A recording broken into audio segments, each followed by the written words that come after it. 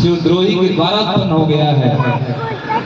अब कहीं दाक्षाणी कह करके हमको पुकारेंगे तो ये मैं तो जीते जी मर जाऊंगा। इसलिए पिताजी ताजी है वो तुरंत ही है ताजी है वो तुरंत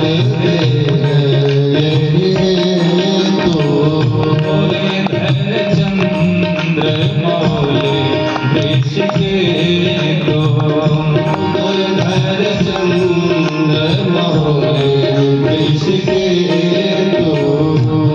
चिंतन करते हुए शरीर का यही प्रत्याग करता कि उसी को लेकर के जाने वाले इन माताओं के पति का अपमान इनके ससुराल में हो जाए तो माताएं सहन कर लेती थी, लेकिन इनके पति का अपमान इनके मायके में हो जाता है तो इस अपमान को सहन नहीं कर पाती।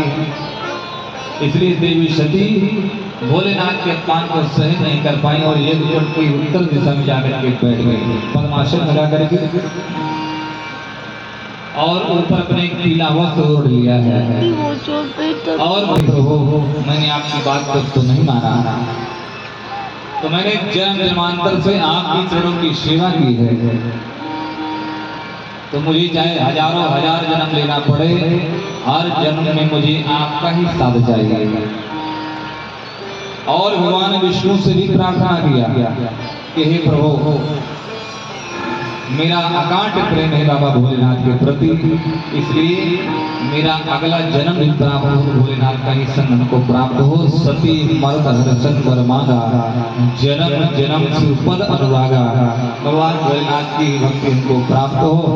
अस्त योग अगिंत नजारा, एक मन की उत्तर दिशा में बैठ करके अपने मन को संसार से हटा करके कुंभक नीचे पूरक क्रियाओं के द्वारा ब्रह्मांड में स्थापित कर दिया और योग अग्नि के द्वारा अपने शरीर को भस्मीभूत कर दिया। बोले शंकर भगवान की। लोग कहते देवी सती एक कुंड में कूद पड़ी, लेकिन योग अग्नि के द्वारा भस्म कर दिया शरीर को और शरीर जब निस्तेज होकर के गिर पड़ा। तो जितने भी भगवान भोलेनाथ के गण देवी सती के साथ गए हुए थे सभी लोगों ने विरोध करना प्रारंभ किया, लेकिन जो वहां पर वैदिक ब्राह्मण लोग बैठे थे ऐसी आहुति डालने लगे। अब हतम रक्ष नामक आहुति देने लगे। हजारों की संख्या में रिभु नामक देवता प्रकट हो गए और भगवान के गणों को मार पीट करके वहां से भगा दिया।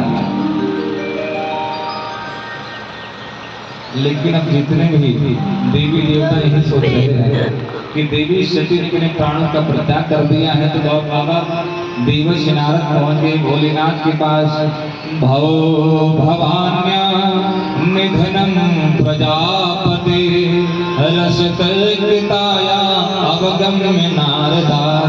देवर्षि नारद पहुंच गए कैलाश पर्वत का। भोलेनाथ देवी सती ने तो अपने प्राणों का परित्याग कर दिया है।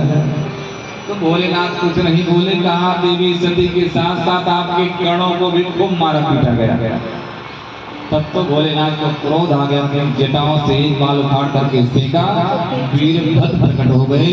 उनको देखने से ऐसे प्रतीत हो रहा उनकी जो आंखें मानो सूर्य के समान तेजस्वी हो। जो बड़ी बड़ी अलकावलियां थी वो मानो अलकावली नहीं बल्कि अग्नि की लपट हो। आदेश क्या है, कहा दक्षम से यज्ञम हिम्मत पूरी सेना लेकर के जाओ, दक्ष प्रजापति का पूरा यज्ञ ध्वंस कीजिए।